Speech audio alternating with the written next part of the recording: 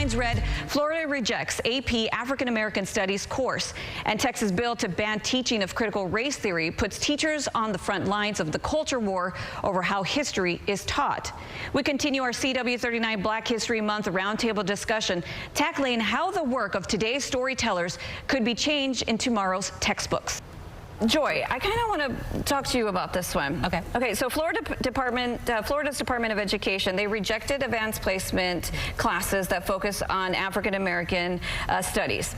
Then back in 2021, in Texas, the so-called critical race theory bill was signed into law. Now I see all of us here as the current storytellers, the current writers of history, what our kids are going to be reading in their textbooks. So, Joy, what is your gut reaction to these laws? It's kind of sickening. I mean, because what is happening is that it's an erasure of Black history. It's an erasure of Black people. These are very anti-Black legislations that are happening. It's very, very targeted. And, you know, I see it in what's happening with our own education system. My children are in public school. I've been asking for the last, I don't know, almost weekly, what are we doing for Black History Month? And there is nothing. And last year we had a whole program. So I think that there is a spillover that is affecting our education system. Even though there is not a law in place to stop the teaching of Black history in our public schools, I think there's still there's again a spillover that is impacting all of our communities. Yeah, what does it say to our community when we start enacting these laws? Like, how do they feel this impacts them and maybe their self-worth? Right. Well, Black history is American history. Absolutely. And because of that, you know, it's important that we have inclusion. And so this is an all-out assault, an unapologetic assault on Black history in America. And I think it's very, very sad that we're seeing this legislation. I serve as an elected official as well. And so in that, I understand the power of public policy and how that impacts individuals all across the country. If you don't teach those that are coming up about all aspects, good, bad, and ugly of American history, then you dilute that and you teach people to be insensitive.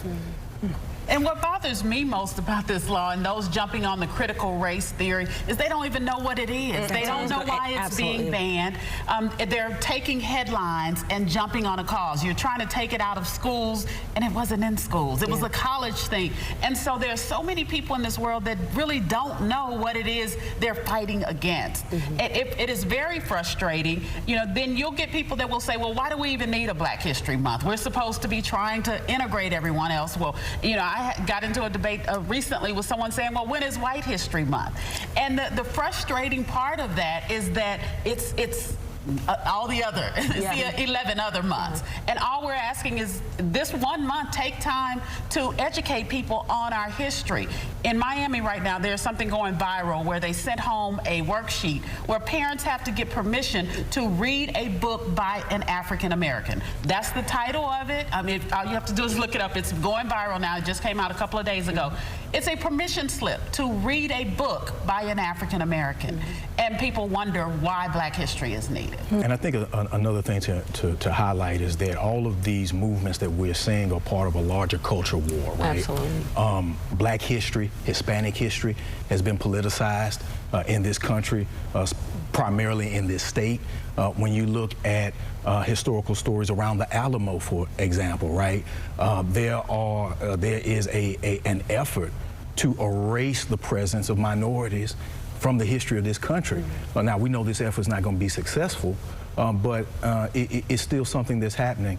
Locally here in HISD, we just had a recent story where there was a discussion around a conference that took place in Texas, and the question that was posed to students was, you know, is slavery something that should have even been debated?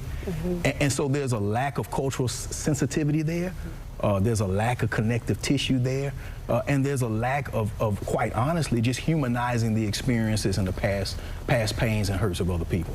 We ran out of time to show you the entirety of our guests' responses to this question. You can head over to our website, CW39.com, to watch the full-length roundtable discussion.